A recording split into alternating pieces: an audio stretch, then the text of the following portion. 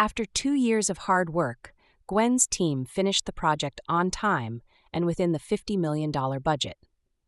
All that remained was the move-in and fixing minor punch list items. At any moment, the moving trucks would pull up to the striking building, ready to roll hundreds of pieces of scientific equipment into the freshly completed research facility. Then, the scientists could begin their groundbreaking work. This was a thrilling moment for Gwen. It marked the culmination of years of meticulous planning and relentless labor. Yet, it was also bittersweet. After 2 years of adrenaline-fueled work, she couldn't help but let out a sigh. Her time here was nearly over, and she would soon move on to the next project.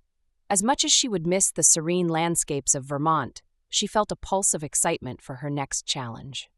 Before she could dwell too long on the future, the sudden, jarring ring of the phone pulled her back into the moment. Gwen answered with her usual professional greeting, but the urgency in the familiar voice on the other end quickly seized her attention. Tyler Glenn, the contractor, was calling. "I need you now," he said urgently, his voice barely audible over the loud industrial machinery in the background. "Meet me in the mechanical room on the top floor." A wave of concern washed over Gwen. Tyler had never called her like this before, and instantly she knew something was wrong.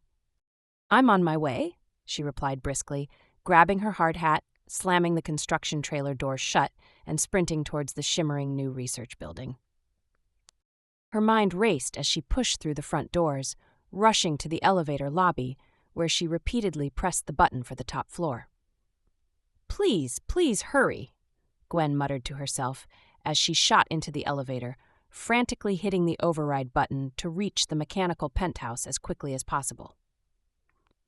When the elevator doors parted, Tyler was there, pacing anxiously. His face was a mask of worry as he thrust earplugs at her to shield her ears from the deafening roar. Ahead loomed the colossal air handler, essential for the facility's ventilation, its steel frame and galvanized sides making it look like a monstrous, refrigerated storage unit. "Gwen, we are running out of time," he exclaimed over the roaring machinery. "Look inside. The sides are bowing in. They might buckle under the immense pressure. It's like an airplane about to implode from within, leaving nothing but twisted metal. If it collapses, we can't operate the building. We need to shut down the air circulation immediately to prevent this catastrophe." Gwen felt a wave of distress as beads of sweat formed on her forehead. Without air circulation, the building was off limits to the scientists awaiting their move-in. Unable to hesitate, she nodded at Tyler, silently mouthing, "Shut it down," before making her way back to the elevator. The ride down was a blur. As the person responsible, the weight of the world seemed to press down upon her.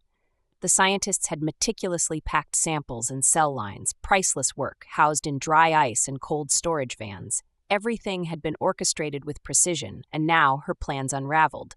She had to halt the move. There could be no functioning HVAC. Out of the elevator, Gwen rushed to intercept the scientists, her heart heavy with the burden of the abrupt halt. The work must wait. Their new home was not yet ready. As the day turned, what once held the promise of achievement faced an unforeseen, daunting challenge.